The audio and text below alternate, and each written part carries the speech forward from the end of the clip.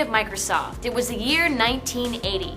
Mount St. Helens erupted in Washington state, covering the surrounding areas in ash.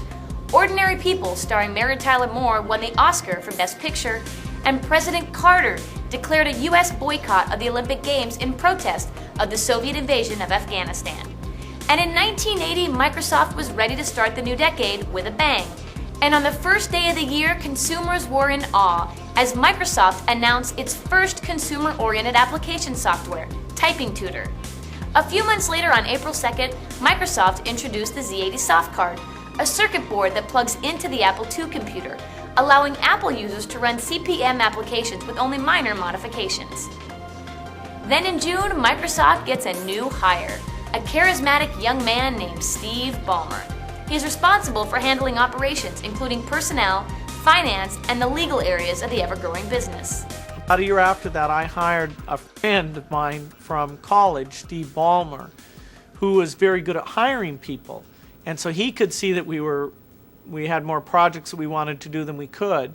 And he was able to almost double the size of the company in people every year for the next 5 years.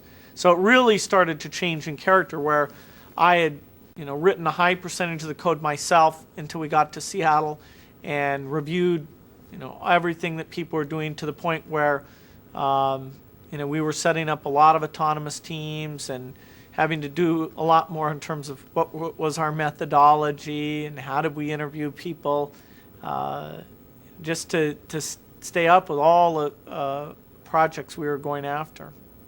When Steve came in, I was spending more time with him because the business side was important, managing and organizing, and what were we going to do about international.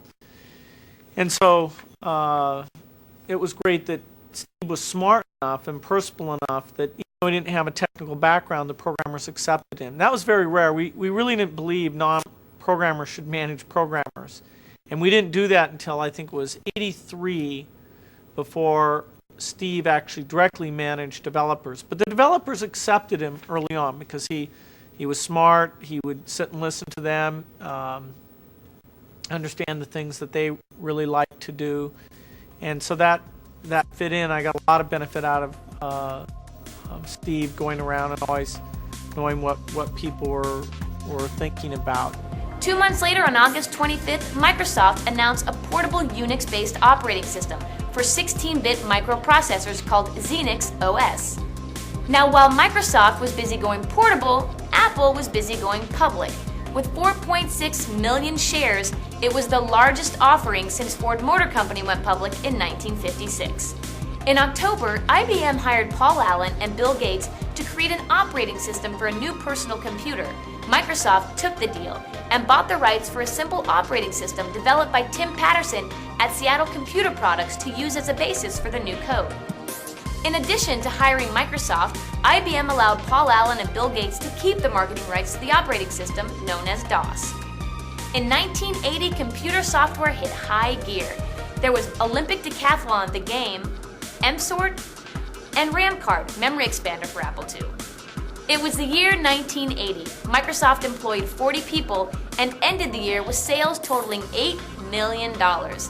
In 5 short years, Bill Gates and Paul Allen, along with their growing team, turned a small business into a huge success, and the new decade offered many new opportunities for the company, slowly becoming a household name.